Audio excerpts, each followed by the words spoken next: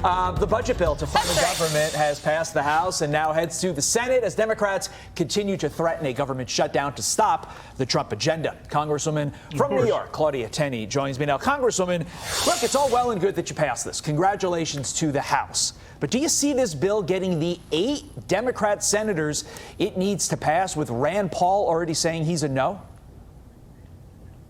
We'll see. This is all up to the negotiation process and how much President Trump can influence the people in the Senate. I think he's got a strong megaphone right now with what's going on in the House and what is happening across the country, where people really are understanding that if we lose these Trump tax cuts, for example, there will be a huge increase in massive taxes for Americans. So we've got to get the budget done and move on to Trump's agenda. All the savings and things that we're seeing from Elon Musk's Doge project will not be come to fruition if we don't get past budget 25 and get to the budget for 26. So these are all critically important, and I think the Senate realizes that. But I'm sure it's not going to be an easy process. I'm sure there's going to be some back and forth.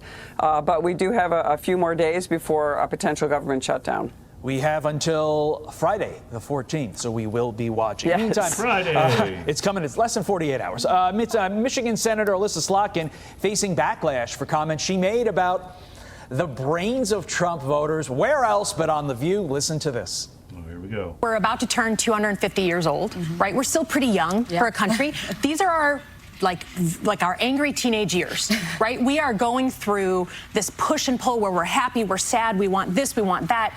And what do you do when you have a teenager who's threatening themselves and others? You just try to get them through this period alive so that their brain can fully form and you can come back to kind of what a country. About Trump?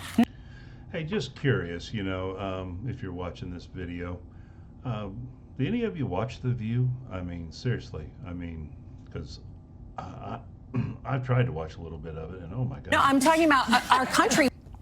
So we got deplorables, we got garbage, and now we literally have stupid teenagers. The Democrats sure have a unique way of trying to win over voters, don't they, Congresswoman? I don't know. Stupid, I think teenagers most teenagers have more sense than a lot of the Democrats do here lately. I mean, with their singing and all their, they just don't have a message, period. Well, yeah, this is colossal arrogance expressed by her, which I'm surprised by because she won a very narrow margin or tough race in Michigan. And look, the people are looking for everything that they've asked for cuts. Presidents, including Democrat presidents in the past, have made cuts to government. We've had to lower taxes. President Reagan lowered taxes. We've had to try to come up with ways to find solutions, especially facing the threats that we face. The Democrats' colossally bad policies, the Green New Deal type policies that came in through the so-called inflation. Yeah, that's the thing. It's like, haven't they stopped and thought at all about their policies and the direction their party's been on over the last several years? And they've really got to, I don't understand it. Well, I do. I do understand what their problem is. Let's face it, all the corruption that's coming out, and, I'm sure there's plenty of Republicans involved in it, but mainly a lot of Democrat corruption and through the bureaucracy there. And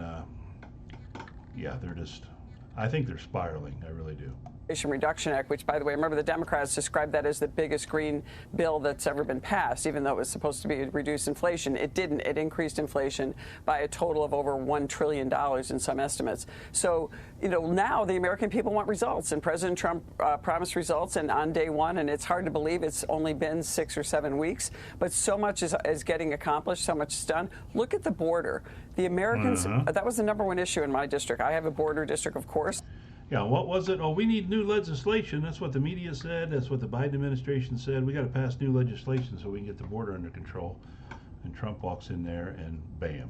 But look at the border. The border crossings are down from $160,000, $70,000, $80,000 a month in the month of February for every preceding February to $8,000 just because President Trump's in office. That's the kind of results the American people are looking for. And what does that do? That helps Americans save money. We're spending billions, hundreds of billions of dollars on illegal immigrants for every amenity that they get over our veterans and our people who are truly needy. And what are we getting for it? So the border is critically important.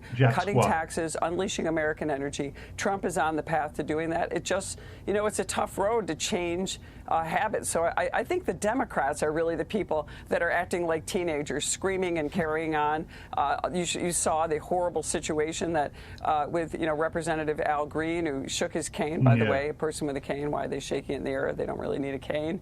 But he was shaking his cane in the air. They held up these little signs that were mocking Americans, mocking the Republicans, showing no interest in actually working with us on the agenda that the American people voted for. And I think that those are the people truly acting like unruly teenagers. I just can't imagine the Democrats keep thinking this calling out the American people is a great idea. I mean, it hasn't worked in any election so far, yet they keep doing it. It must be because they actually believe it.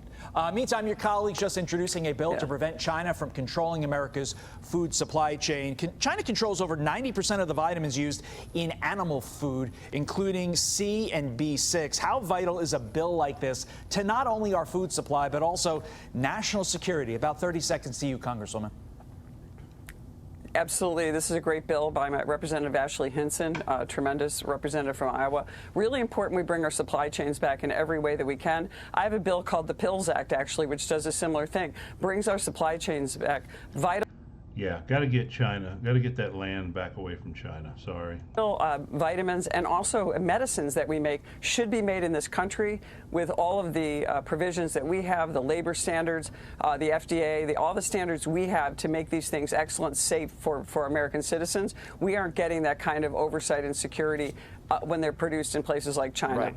And it creates a situation where if they want to turn the screws on us, they can. And that puts us in a horrible situation when it comes to negotiating. Congresswoman Claudia Tenney, thank you so much. We appreciate it. Thank you so much.